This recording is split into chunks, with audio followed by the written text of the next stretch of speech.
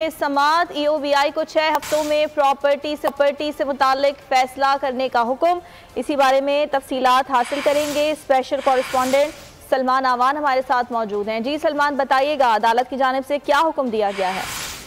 देखिए, अदालत ने आज कहा है कि जो ईओबीआई की चेयरपर्सन है वो और उनके बोर्ड मेंबरान ये तय कर लें कि उन्होंने जो प्रॉपर्टीज खरीदी थी जिन मालिकान से, उनके पैसे क्योंकि सुप्रीम कोर्ट में डिपॉजिट हुए हैं, तो ईओबीआई ये फैसला करे कि उसने या प्रॉपर्टी रिटेन करनी है या फिर उसने जो पैसे हैं वो अपने लेने हैं। क्योंकि ये जो मालिकान थे उनकी जानिब से कहा गया था कि तकरीबन 1 अरब रुपए से ज्यादा मालियत वो सुप्रीम कोर्ट में 10 साल पहले जमा करवा चुके हैं और 10 साल से यही तयन नहीं हो सका ईओबीआई की जानिब से कि वो प्रॉपर्टीज रखना चाहता है या फिर वो पैसे जो है ना वापस करना चाहता है। अब अदालत ने ईओबीआई को 6 हफ्तों का टाइम दिया है कि 6 हफ्ते के अंदर वो डिसाइड करे।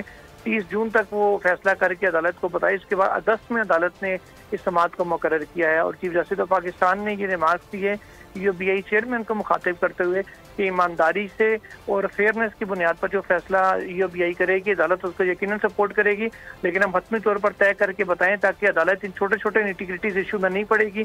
जो कानूनी नोयत का सवाल हुआ सिर्फ उसकी हद तक अदालत अपना फैसला सुनाएगी। ठीक है सलमान, बहुत शुक्रिया आपका।